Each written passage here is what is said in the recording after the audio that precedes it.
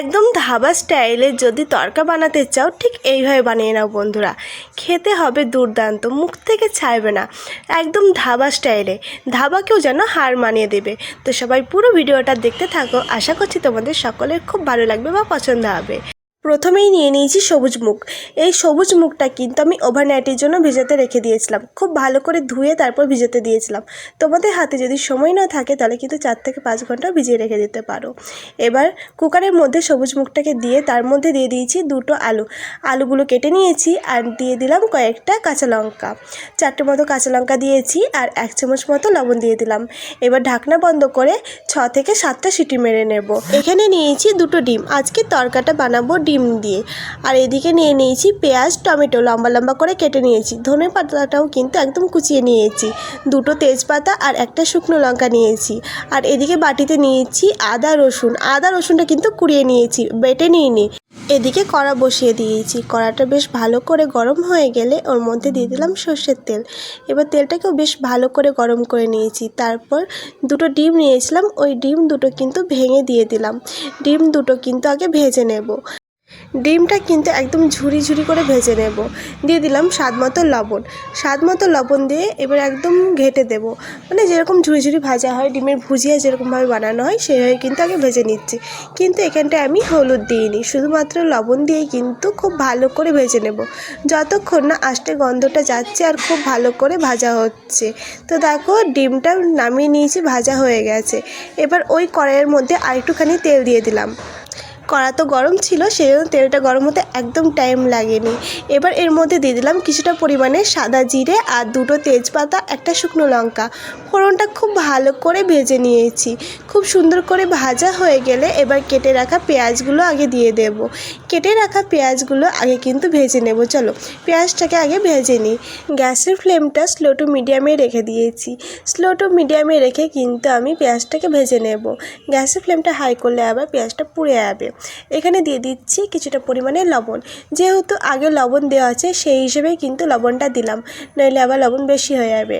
সেদ্ধ করার সময় কিন্তু আমি লবণটা দিয়েছি 1 চামচ মতো, সেই জন্য এখানে পরিমাণ মতো লবণটা দিলাম। আর দিয়ে দিচ্ছি আমি কেটে রাখা টমেটো। এখানে কিন্তু আমি 2টো টমেটো দিয়েছি। টমেটোটা একটু বেশি পড়লে বেশ ভালোই লাগে। চলো এটা ভাজা হোক, ততক্ষণ দেখি সেদ্ধ হয়েছে কি না। তো এদিকে কিন্তু তরকাটা খুব ভালো করে সেদ্ধ হয়ে গেছে। দেখো একদম খুব সুন্দর সেদ্ধ হয়ে গেছে। তরকা গোটা গোটা থাকলে কিন্তু একদমই ভালো লাগে না, একটু খুব ভালো সেদ্ধ হলে কিন্তু বেশ ভালোই হয়। এদিকে কিন্তু পেঁয়াজ আর টমেটোটা প্রায় ভাজা হয়ে গেছে। তো চলো এর মধ্যে আগের থেকে আদা আর রসুনটা যেটা কুড়িয়ে রেখেছিলাম সেটা দিয়ে এবার একটু মাঝখানে জায়গা করে নিলাম। এবার এই জায়গার মধ্যেই কিন্তু দিয়ে দিচ্ছি আদা আর রসুনটা কুড়িয়ে রেখে।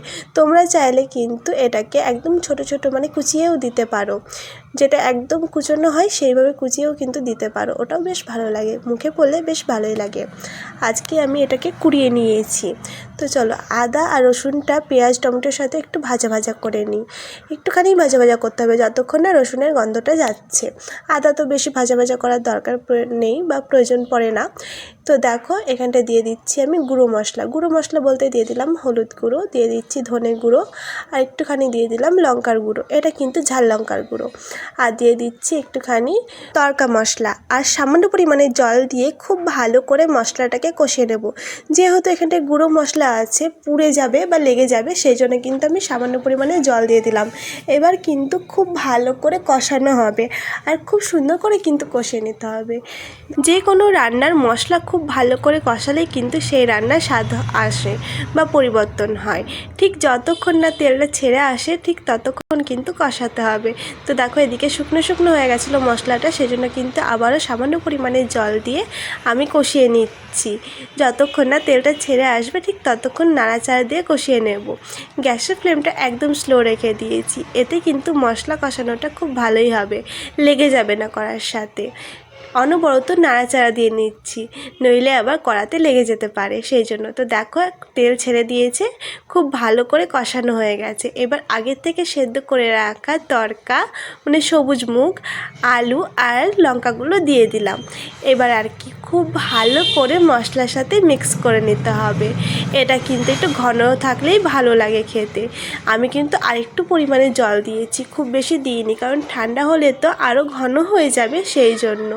আলুগুলো যেগুলো দিয়েছি সেগুলো কিন্তু সবগুলো আমি ভেঙে দেব, একটাও গোটা রাখবো না।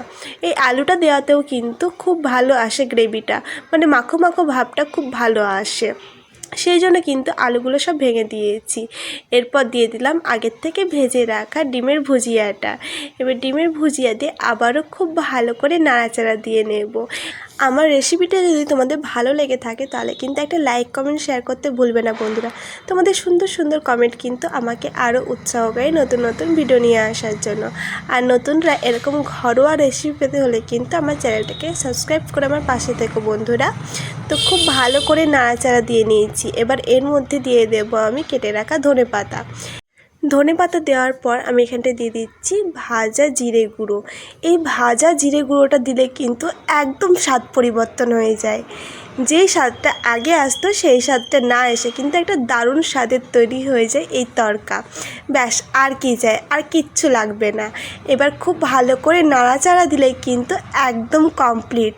তো দেখো এখনই দেখতে কতটা লোভনীয় লাগছে। আজকের ভিডিওটা এই পর্যন্তই। সবাইকে অসংখ্য ধন্যবাদ এতক্ষণ আমার ভিডিওটা দেখার জন্য। সবাই খুব ভালো থেকো, সুস্থ থেকো। আবারও দেখাচ্ছে অন্য কোনো ভিডিওতে, ততক্ষণের জন্য ওকে বাই, টাটা বন্ধুরা।